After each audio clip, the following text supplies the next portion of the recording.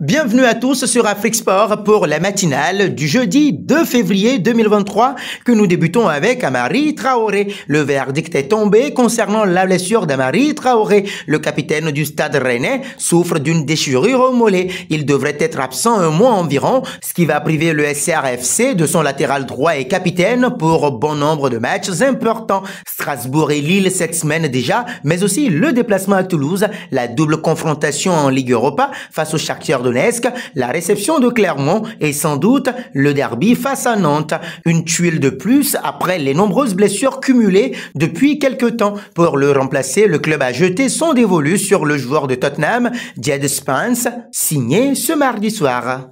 Passons au dossier Hakim Ziyech. La Ligue de football professionnel a pris position sur l'échec de l'arrivée de Hakim Ziyech au Paris Saint-Germain. Désireux de s'offrir les services de l'ailier marocain de Chelsea, le club de la capitale française n'a pas décroché l'homologation de son prêt auprès de la commission juridique de la Ligue de football professionnel. Selon les informations dévoilées par RMC Sport, la responsabilité incombe à Chelsea et non pas au Paris Saint-Germain. D'après nos confrères, l'envoi en retard de papier non signé par le club anglais et donc dans la foulée le téléchargement en retard du PSG explique à lui tout seul la non-inscription de Hakim Ziyech dans l'effectif parisien de Christophe Galtier.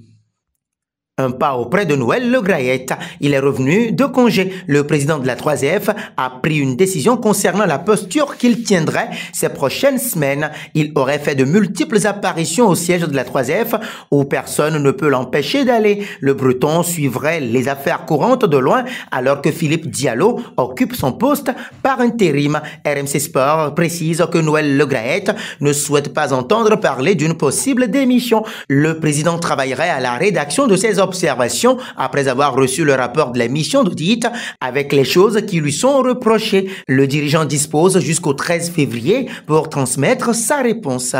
Partons au Barça. Ce mardi, le FC Barcelone a remporté sa bataille contre la Liga devant un tribunal et a réussi à inscrire le jeune milieu de terrain Gavi en tant que joueur de l'équipe première, si bien que l'Espagnol formé à la Masia s'est vu attribuer un nouveau numéro de maillot, le mythique 6 de son actuel entraîneur, Xavi Hernandez. Néanmoins, l'affaire est loin d'être terminée. Si la Liga s'est conformée à la décision judiciaire, elle prépare déjà un document d'opposition qu'elle enverra au tribunal dans un délai de 2 semaines. Si la Liga réussit à annuler son enregistrement en équipe première, le Barça serait alors obligé de libérer Gavi l'été prochain, qui partirait gratuitement. Et nul doute que l'Espagnol aura l'embarras du choix si cela se produit. Reparlons du dossier Hakim Ziyech. Il ne sera donc pas un joueur du PSG pour la deuxième partie de saison. Le transfert du Marocain vers le club de la capitale a capoté alors que Chelsea a envoyé 3 fois des documents invalides, empêchant Paris de valider sa recrue de dernière minute non homologuée. Pourtant, le joueur était prêt à beaucoup si l'on en croit les dires de Kaveh Solikol, journaliste pour Sky Sports. Ziyech aurait même envoyé un message à Todd Boehly, le président du club londonien, afin de lui demander de conclure l'affaire. Il était même prêt à payer de son propre argent afin de rejoindre le Paris Saint-Germain. Une grande déception sans aucun doute pour l'international marocain qui pourrait finalement trouver asile au Beşiktaş où il a été proposé. Nous voici arrivés à l'instant quiz avec 3 indices pour connaître notre joueur mystère du jour.